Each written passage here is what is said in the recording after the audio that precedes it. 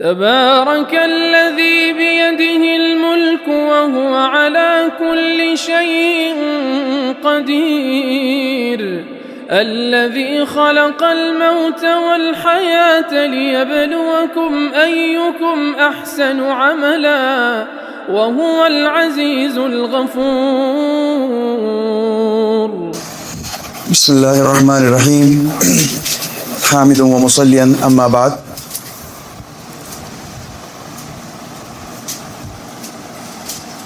اساتذہ کرام اور ہمارے خاص مہمان مکرم جناب مرزا عبداللہ بیگ صاحب اور طلبہ عزیز، اس وقت ہم اپنی ایسے تربیتی سفر کی آخری نشست کی طرف بڑھ رہے ہیں جس کا دورانیہ اگرچہ ایام کے میں اگر ہم اس کو شمار کریں تو ایک ہفتے پر مشتمل تھا، لیکن اگر دیکھا جائے اور اس سے فائدہ اٹھایا جائے تو میں سمجھتا ہوں اس کے فوائد انشاءاللہ کوئی زندگی کا احاطہ کر سکتے ہیں. سب سے پہلے تو میں جناب مرزا عبداللہ بیگ صاحب کا دل کی گہرائیوں سے، اور یہ صرف رسمی الفاظ نہیں ہیں، یہ واقعتاً میرے دل کی ترجمانی ہے اور شاید الفاظ اس ترجمانی کو کرنے سے قاصر ہیں. میں بے حد شکر گزار ہوں کہ ڈاکٹر صاحب یہاں اپنی مصروفیات کے باوجود یہاں ہماری دعوت پر تشریف لائے اور انہوں نے اتنا خوبصورت اور شاندار یہ ورکشاپ اور پروگرام کا انعقاد ان کے ذریعے سے عمل میں آیا، جس کے ذریعے سے مجھے امید ہے انشاءاللہ کہ یہ ہمارے طلبہ کی، بچوں کی خوابیدہ صلاحیتوں کو ابھارنے کا ایک بنیادی ذریعہ اور محرک ثابت ہوگا انشاءاللہ. اللہ تعالیٰ آپ کی آمد کو قبول فرمائے، آپ کو دارین میں اس کا بہترین بدلہ عطا فرمائے اور اپنے شایع نشان بہترین بدلہ عطا فرمائے. طلبہ عزیز، قیادت کوئی منصب یا عہدہ نہیں ہے. در حقیقت قیادت نام ہے ذمہ داری، حکمت، بصیرت، فیصلہ سازی، بلکہ صحیح فیصلہ سازی کی استعداد کے امتزاج کا. یعنی یہ خصوصیات جب انسان میں مجتمع ہو جاتی ہیں تو صحیح معنی میں قیادت ابھر کر سامنے آتی ہے. یعنی ان صلاحیتوں کے امتزاج کے ذریعے سے قیادت ابھرتی ہے، کیونکہ قائد در حقیقت وہ نہیں ہے جو لوگوں پر حکمرانی کرے. قائد حقیقی وہ ہوتا ہے جو لوگوں کے دلوں پر حکمرانی کرے. قائد وہ ہوتا ہے جو دلوں کو مو لے. قائد وہ ہوتا ہے جو دلوں کی رہنمائی کرے، اور قائد وہ ہوتا ہے جو دلوں میں اعتماد پیدا کرے. قیادت کا تصور جو عام ذہن میں آتا ہے کہ ہمارے لوگوں کے پر حکمرانی کی جائے، لوگوں کو اپنے ماتحت ان کو محکومیت میں رکھا جائے، یہ حقیقی قیادت کا تصور نہیں ہے. اس ناحیے سے اگر ہم غور کرتے ہیں تو میں سمجھتا ہوں کہ روئے ارضی پر اور تاریخ انسانی میں سب سے عظیم قائد اور رول ماڈل اگر کوئی ذات گزری ہے تو رسالت مآب رسول اللہ صلی اللہ علیہ وسلم کی ذات گرامی ہے. آپ کی ذات جنہوں نے لوگوں کے دلوں کو مسخر کر دیا، بلکہ اس سے آگے بڑھ کر کہا جائے کہ سنگ دل جو افراد تھے ان کے دلوں کو نہ صرف یہ کہ موم کیا، اس میں ایک خاص قسم کی حرارت پیدا کر دی. اور ظاہر ہے یہ عمل یوں ہی نہیں ہوتا، بلکہ اس کے لیے آپ کی دل آویز شخصیت، آپ کی شخصیت کی جو کشش تھی، آپ کی قائدانہ صلاحیتیں تھیں، اور آپ کا حکمت اور بصیرت افروز جو تربیت تھی، اسلوب اور منہج انقلاب نبوی تھا، یہ اس کا نتیجہ ہے. اور یہ وہ چیز ہے جس کا اعتراف اپنے اغیار نے بھی کیا ہے. یعنی تمام تر اختلافات کے باوجود وہ اس بات کا اعتراف کرنے پر مجبور ہوئے کہ رسول اللہ صلی اللہ علیہ وسلم کی ذات گرامی کے اندر جو قائدانہ صلاحیتیں اور جو مدبرانہ صلاحیتیں تھیں وہ دوسری کسی شخصیت میں اس درجہ نہیں پائی جاتی ہیں، اور اس کا اعتراف ہمارے غیروں نے کیا ہے، تاریخ میں وہ سب چیزیں رقم ہیں۔ اس بیانیے کی وضاحت کے لیے میرے ذہن میں ایک روایت آ رہی ہے، اس کو سامنے رکھتے ہوئے میں سمجھتا ہوں یہ موضوع مزید واضح ہوگا۔ حضرت جعفر رضی اللہ تعالیٰ عنہ جب نجاشی کے دربار میں پہنچے تو جو ان کے زبان سے جو ان کے الفاظ نکلے، ان الفاظ کی گہرائی میں اگر ہم جائیں تو پورا منظرنامہ نکل کر سامنے آ جاتا ہے۔ وہ فرماتے ہیں کننا قوما اہل جاہلیت نعبد الاصنام ونأكل المیتۃ ونأتي الفواحش ونقطع الارحام ونسيء الجوار ويأكل القوي منا الضعيف فكنا على ذلك حتى بعث الله إلينا رسولا منا۔ اس کا مفہوم یہ ہے، تو کہتے ہیں کہ صورتحال یہ تھی ہماری، جو یعنی سوشل اس کے جو کہنا چاہیے پورے اسٹرکچر کا وہ بیان کرتے ہیں کہ حالت یہ تھی، ہم بت پرستی میں آلودہ تھے، حرام حلال کی کوئی تمیز نہیں تھی، گناہوں کو کرنے کو باعث فخر سمجھا جاتا تھا، رشتے ناتوں کو اور اس کے تقدس کو پامال کیا جا رہا تھا، ہم میں جو مضبوط اور اہل ثروت تھے انہوں نے جو معاشرے کا دبا کچلا طبقہ تھا اس کو ظلم استبداد کا نشانہ بنا رکھا تھا، اور یہی صورتحال ہماری چلتی رہی تا کہ رسول اللہ صلی اللہ علیہ وسلم کی آمد ہوئی اور آپ کی بعثت ہوئی۔ چنانچہ آپ کے آنے کے بعد پورا منظرنامہ بدلا، اور جو بدلا اس کی صورتحال ہمارے سامنے ہے۔ اسی حقیقت کو قرآن کریم اپنے خاص اسلوب میں بیان کرتا ہے۔ اللہ تعالیٰ ارشاد فرماتے ہیں اعوذ باللہ من الشیطان الرجیم بسم اللہ الرحمن الرحیم هو الذی بعث فی الامیین رسولا منہم یتلو علیہم آیاتہ ویزکیہم ویعلمہم الکتاب والحکمہ وإن كانوا من قبل لفی ضلال مبین وَإِن كَانُوا مِن قَبْلُ لَفِي ضَلَالٍ مُبِينٍ۔ اس حقیقت کو واشگاف کیا جا رہا ہے کہ اس سے پہلے کھلی گمراہی میں تھے، یعنی آپ صلی اللہ علیہ وسلم صرف ایک دین کو لے کر نہیں آئے، بلکہ آپ نے انسانوں کی ایک ایسی نسل پیدا کی اور اس کی تربیت کی جو کل تک جاہلیت، قبائلی عصبیت اور اخلاقی پستی کے دلدل میں گری ہوئی تھی، لیکن آپ صلی اللہ علیہ وسلم کی شخصیت اور آپ کی دل آویز ہستی اور آپ کے جو منہج تربیت تھا اور آپ کا جو منہج انقلاب نبوی تھا، اس کے ذریعے سے ان کی دل کی دنیا یکسر تبدیل ہو گئی۔ چنانچہ ان کے اخلاق، ان کے کردار، ان کے عادات، ان کے اطوار اس میں نمایاں کیا بلکہ بالکل یعنی بعد المشرقین والی کیفیت پیدا ہو گئی، اور جو لوگ کل تک ظلم کا استعارہ بنے ہوئے تھے، ظلم استبداد کا، وہ اس کے بعد وہ ایسی ہستیاں بن گئیں کہ اللہ تعالیٰ نے ان کے ذریعے سے نہ صرف فیض عام کیا، اللہ تعالیٰ نے ان کو انبیاء کرام کے بعد سب سے موقر ہستی اور قابل احترام ہستیاں ان کو بنا دیا، صحابہ کرام رضوان اللہ علیہم، اور ان کے ذریعے سے تاریخ انسانی کا دھارا ہی تبدیل ہوتا چلا گیا کچھ عرصے کے بعد۔ تو یہ ساری چیزیں ہمارے سامنے، اور ظاہر ہے یہ یوں ہی نہیں ہوا کرتا، بلکہ اس میں آپ صلی اللہ علیہ وسلم کی قائدانہ صلاحیت، آپ کی حکمت، آپ کی بصیرت اس کا بنیادی محرک تھی۔ اس اجمال کا خلاصہ، بلکہ اس سے پہلے میں عرض کرتا چلوں، ایک قرآن کریم کی ایک آیت اور ہے جس میں اللہ تبارک تعالیٰ ارشاد فرماتے ہیں فَبِمَا رَحْمَةٍ مِّنَ اللَّهِ لِنتَ لَهُمْ وَلَوْ كُنْتَ فَظًّا غَلِيظَ الْقَلْبِ لَانفَضُّوا مِنْ حَوْلِكَ، کہ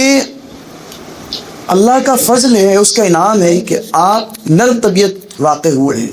اگر آپ تند خو ہوتے اور آپ کا دل سخت ہوتا تو یہ آپ کے ارد گرد جمع نہ ہو بلکہ آپ سے دور بھاگ جاتے۔ تو معلوم ہوا کہ قیادت کے لیے اور قائد کے لیے جہاں اس کے اندر قائدانہ صلاحیتوں کا ہونا ضروری ہے، وہیں اس کے مزاج میں اس درجہ نرمی اور توازن بھی ضروری ہے، اور جو کہ ان کو اشتراک عمل کی دعوت دے سکے، کیونکہ بنیادی طور پر کامیابی کی شاہکلی جو ہے وہ ٹیم ورک ہی ہوا کرتا ہے، اشتراک عمل۔ ہمیں اس آیت کی روشنی میں معلوم ہوتا ہے کہ اللہ تعالیٰ آپ صلی اللہ علیہ وسلم کی اس خوبی کو بیان کرنے کہ آپ کے مزاج کی نرمی کا نتیجہ یہ تھا کہ وہ سب آپ کے ارد گرد جمع رہتے تاکہ جو تربیت اور جو نظام تا قیام القیامت باقی رہنا تھا اس کی بنیادیں ڈالی جا سکیں. آپ صلی اللہ علیہ وسلم کے مزاج کی نرمی کو بیان کیا گیا رہا ہے، لیکن اس میں ایک پہلو یہ بھی سمجھنے کی ہے کہ مزاج میں نرمی بھی ہونی چاہیے، لیکن اس حد تک نرمی بھی نہیں ہوگی کہ آپ کا نظم و ضبط متاثر ہو جائے، اور اس حد تک ترشی بھی نہ ہو اور کرختگی بھی نہ ہو کہ لوگوں کا آپ سے استفادہ ممکن اور مشکل ہو جائے. تو میں عرض ہی کر رہا تھا کہ یہ ساری چیزیں آپ کی ظاہر اخلاقی کریمانہ کا نتیجہ تھی، اور آپ کی شخصیت کے جو دل آویز پہلو تھے یہ اسی کا مظہر تھے. اس اجمال کا خلاصہ میرے نزدیک یہ ہے کہ آج میں بہت سے لوگ کل کوئی مفتی بنے گا، کوئی محدث بنے گا، کوئی مدرس بنے گا، کوئی داعی بنے گا، کوئی امام بنے گا، اور کوئی کسی ادارے کا، چاہے سماجی ادارہ ہو، تعلیمی ادارہ ہو، اس کا ذمہ دار بنے گا. غرض یہ کہ آپ کی جو ذمہ داریاں یا کہیے قیادت جو ہے خالص انتظامی سطح کی نہیں بلکہ علمی، فکری اور اس سے بڑھ کر دینی درجے کی قیادت ہے، اور یہ سب سے زیادہ اہمیت کی حامل ہے. چنانچہ اس ورک شاپ میں جو اس 7 دنوں کے دوران ہمارے درمیان جو باتیں آئیں، اگر وہ صرف نوٹس اور سرٹیفکیٹ کی حد تک محدود رہ گئیں تو اس کا خاطر خواہ فائدہ ہم حاصل نہیں کر سکتے. اس کے فوائد کو حاصل کرنے کے لیے ضروری یہ ہے کہ ہم اس کو جو کارآمد باتیں آئی ہیں اس کو اپنی زندگیوں میں اتاریں اور اس سے اس کے صالح اثرات ہماری زندگیوں میں منتقل ہوں، چاہے وہ وقت کی پابندی کی شکل میں ہوں، چاہے وہ نظم و انضباط کی شکل میں ہوں، چاہے وہ مؤثر ابلاغی استعداد کی شکل میں ہوں، چاہے وہ اشتراک عمل کی شکل میں ہوں، چاہے وہ مسائل کے حل کرنے کی صلاحیت کے تعلق سے وہ چیزیں ہوں. غرض ہے کہ وہ تمام باتیں جو اس دوران میں ہمارے درمیان آئی ہیں وہ صرف ہمارے کاپیوں کی حد تک نہیں بلکہ ہماری زندگیوں کا عملی حصہ بننا چاہیے، تبھی جا کر حقیقی فائدہ ہم اس سے حاصل کر سکتے ہیں. کیونکہ دیکھیے میں آپ سے یہ کہنا چاہوں گا کہ آپ جب تک اپنے اندر کی خوابیدہ صلاحیتوں کو نہیں پہچانیں گے، اس کو نہیں نکھاریں گے، تب تک معاشرے میں کوئی تبدیلی کا تصور، تبدیلی آنا تو دور کی بات ہے، اس کا تصور کرنا بھی محال ہے. کیونکہ آپ کا تعلق معاشرے کے اس طبقے سے ہے جو خواص سے تعلق رکھتے ہیں. چنانچہ آپ کے اندر آپ وہ طبقہ ہے جس کے اندر سب سے زیادہ شعور ہونا چاہیے. اگر صورتحال یہ بنی بدقسمتی سے، اور جو ہم وضع دیکھتے ہیں کہ معاشرے کا وہ طبقہ جو سب سے زیادہ باشعور ہونا چاہیے تھا، اگر وہ بے شعوری میں مبتلا ہو جائے تو پھر صورتحال وہی ہوتی ہے جو ہم آج چاروں طرف دیکھ رہے ہیں. تو ہمیں اپنے، چونکہ معاشرے اس وقت دنیا کو اور معاشرے کو صرف باصلاحیت علماء نہیں چاہیے، بلکہ باصلاحیت وہ تو ظاہر بنیاد ہے، لیکن اس کے ساتھ ساتھ فکری طور پر آپ کی آپدات ہونی چاہیے، آپ کے اندر حکمت و دانائی ہونی چاہیے، اعتدال و توازن ہونا چاہیے، اور ان سب کا جب امتزاج ہوتا ہے اور اس کے ساتھ قائدانہ صلاحیتیں ہوں گی، وہ علماء صحیح معنی میں اس معاشرے کو لیڈ کر سکتے ہیں. اور یہی اس وقت کی کہنا چاہیے وقت کی ضرورت ہے اور وقت کا تقاضا ہے. آپ کا ایک ایک طرز عمل، آپ کا انداز گفتار، آپ کا چلنا پھرنا، رہنا سہنا، طرز استدلال، ہر چیز سے شعور آگہی جھلکنی چاہیے. سوقیانہ انداز بیان، سوقیانہ انداز گفتگو، اور حتیٰ کہ سوقیانہ طرز استدلال، یہ کسی صورت بھی آپ کے شائع نشان نہیں ہے. موافقت ہو اس میں بھی عالمانہ وضع دکھنی چاہیے، اور مخالفت ہو اس میں بھی عالمانہ وضع دکھنی چاہیے. میں بار بار اس کو دوبارہ میں کہوں گا، مخالفت میں بھی عالمانہ وضع ہمارے ہاتھ سے اس کا دامن نہیں چھوٹنا چاہیے، اور یہی ہمارا امتیاز ہونا چاہیے. ایک عامی اور ایک عالم میں یہ نمایاں اور بنیادی فرق ہے، اور میں سمجھتا ہوں ان پروگرامز کا بنیادی جو سبق ہے وہ یہی ہے، ہم اپنے کردار سے اپنی سوسائٹی میں تبدیلی لانے کا ذریعہ بن سکیں، اور وہ جب ہی ہوگا کہ ہم اپنی کردار کی مضبوطی کو لوگوں کے سامنے عملاً پیش کر سکیں گے.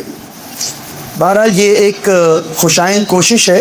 اللہ تعالیٰ سے دعا ہے کہ اس کے بہتر اور مفید اثرات ظاہر ہوں، اور اللہ تعالیٰ تمام شرکائے کار کی محنتوں کو قبول فرمائے، اور آپ لوگوں نے جس لگن اور جد و جہد کے ساتھ اس پروگرام میں حصہ لیا ہے وہ واقعتاً قابل تعریف بھی ہے، اور میں دعا بھی کرتا ہوں اللہ تعالیٰ اس کے اثرات آپ کی انشاءاللہ عملی زندگیوں میں بھی ظاہر فرمائیں۔ ڈاکٹر صاحب کا جیسا میں نے عرض کیا کہ آپ نے کوئی صرف رسمی طور پر اس کام کو انجام نہیں دیا، بلکہ جس جوش و خروش کے ساتھ اور جس جذبے سے آپ نے یہ سیشنز لیے ہیں وہ ہم سب کے لیے لائق تقلید ہے۔ میں یہ اس کی مثال آپ کے جو جوش و خروش اور آپ کے درمیان جو حرارت محسوس ہو رہی ہے اس کے ذریعے سے میں بات کہہ رہا ہوں کہ ڈاکٹر صاحب نے ایک جوش پیدا کر دیا ہے، ایک اسپرٹ پیدا کر دی ہے اور ایک پیشن پیدا کر دیا ہے آپ لوگوں کے اندر۔ تو اس معنی کا ڈاکٹر صاحب واقعتاً قابل مبارکباد ہیں، اور میں درخواست کروں گا کہ یہ سلسلہ آگے بھی انشاءاللہ جاری رہنا چاہیے، اور ہم کوشش کریں گے کہ ہر سال یہ سلسلہ جاری رہے۔ اور بڑی ناسپاسی ہوگی اس موقع پر کہ میں اصل بات دیکھیے یہ ہے کہ بعض لوگ اور بعض چیزیں تو منظر نامے میں ہوتی ہیں اور بعض پس منظر ہوتی ہیں جو سامنے نہیں ہوتی ہیں، اور لیکن ان کی محنت، ان کی جد و جہد ان چیزوں کو بروئے عمل لانے کا بنیادی ذریعہ اور محرک ثابت ہوتی ہے۔ میں خاص طور پر برادر مکرم رفیق محترم جناب مفتی سجاد حسین قاسمی صاحب کا بس صمیم قلب شکر گزار ہوں کہ واقعتاً اس میں کوئی دو رائے نہیں ہے کہ مفتی صاحب کی محنت لگن ہی کے ذریعے سے یہ پروگرام کا انعقاد ممکن ہو سکا، اور ماشاءاللہ ہم تقریباً